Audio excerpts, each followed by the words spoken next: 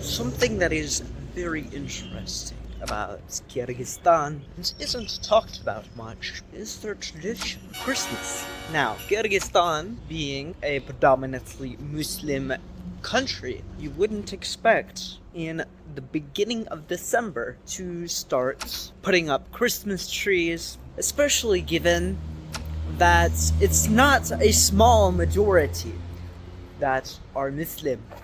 It is quite a large majority. And while realistically there's a lot that goes into this, it goes to the heart of Kyrgyz culture.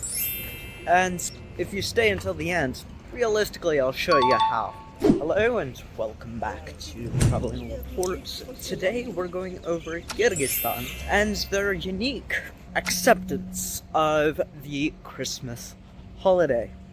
Now, I've been to a lot of Muslim majority countries, was recently in Uzbekistan, Albania as well, Saudi Arabia. While Albania makes sense to me as a very secularized nation, what I found interesting about Kyrgyzstan, which is more religious than Albania, is that their Russian Orthodox minority is not just accepted, but almost celebrated. And this is something that is unique to Kyrgyzstan on a national level. As, of course, this tacit acceptance of the Russian Orthodox minority is a intrigue for those who are perhaps more juxtaposed to the Muslim faith, although realistically Kyrgyzstan is very secular.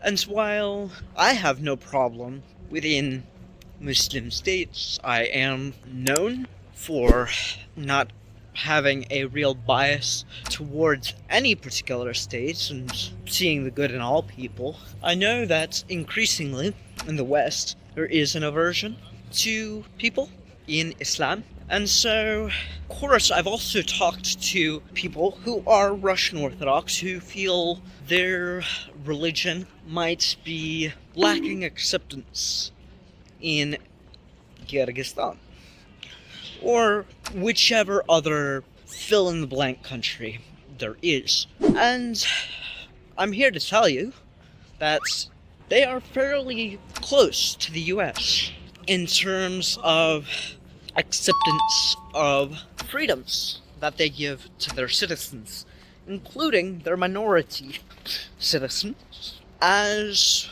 being superimposed into an organization of federated states under the United Soviet Socialist Republics will create some level of tacit acceptance for minorities alongside you in that particular nation state, which of course Kyrgyzstan alongside Uzbekistan hosted the minorities from Stalin-era purges. And so of course this meant the acceptance of Poles, Armenians, Georgians, Russians, Kazakhs, Uzbeks, and hundreds of others. This acceptance and integration into their society is celebrated today.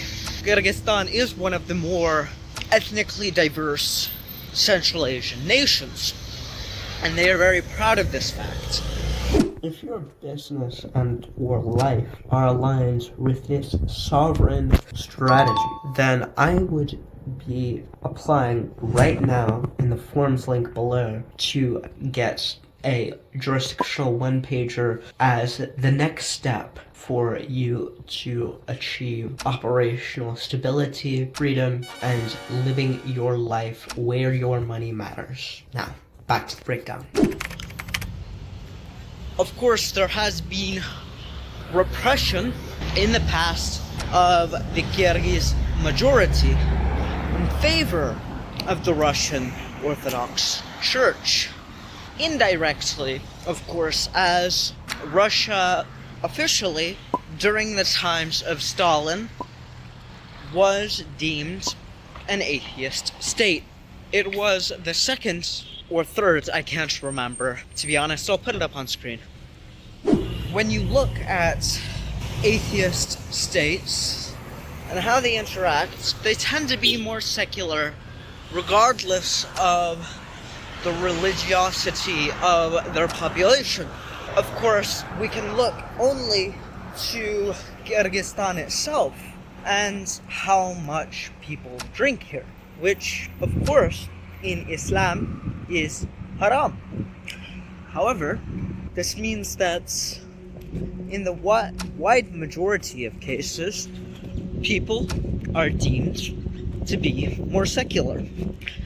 And it's with this secularism, it's with this acceptance of different peoples, of different ideologies, that there's also a push towards the West. And of course, I've made plenty of videos on that subject, especially in regards to investments.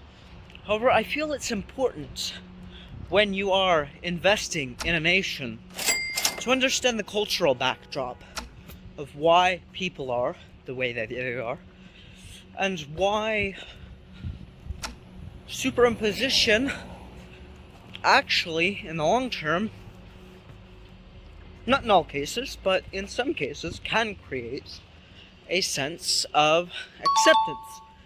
Or, in the Kazakh case, which of course I'm going to Kazakhstan here within the next few days, the Kazakhs tended towards interethnic violence, and or the Russians reprising them for not moving towards Russian ideology. And of course, if you're looking forward to my details and my walkthroughs of other places here in Central Asia, feel free to go down to my channel and click that subscribe button. If you like this video, feel free to like it. If you really like this video, feel free to share it. If you want to join me on this journey of internationalization and globalization, feel free to subscribe, as I said. If you want to learn about the jurisdiction that's best for you, perhaps Kyrgyzstan could work, and you want to move where your money matters, feel free to go down into the description, fill out the Google Forms link for the Sovereign one-pager, and I will do my best to get back to you. Without further ado, this has been the Traveling Report, signing off.